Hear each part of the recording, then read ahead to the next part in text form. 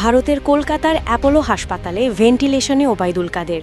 জুলাই গণ অভ্যুত্থানের পর ভারতে পালিয়ে থাকা আওয়ামী লীগের এই প্রভাবশালী নেতার অবস্থা এখন চরম সংকটাপন্ন।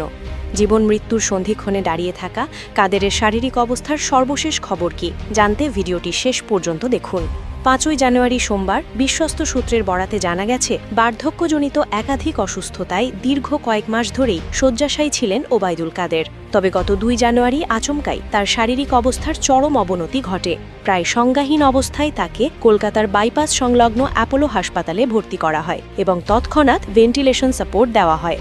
হাসপাতাল সূত্রে জানা গেছে, চিকিৎসায় কিছুটা সাড়া দিলেও তার অবস্থা এখনও আশঙ্কামুক্ত নয়। উল্লেখ্য, 2024 সালের 5ই আগস্ট শেখ হাসিনা সরকারের পতনের পর প্রায় 3 মাস আত্মগোপনে থেকে নভেম্বরে ভারতে পাড়ি জমান তিনি। গত জুন মাসে বিবিসি বাংলার এক সাক্ষাৎকারে তিনি নিজেই কলকাতায় অবস্থানের কথা নিশ্চিত করেছিলেন। 2016 সাল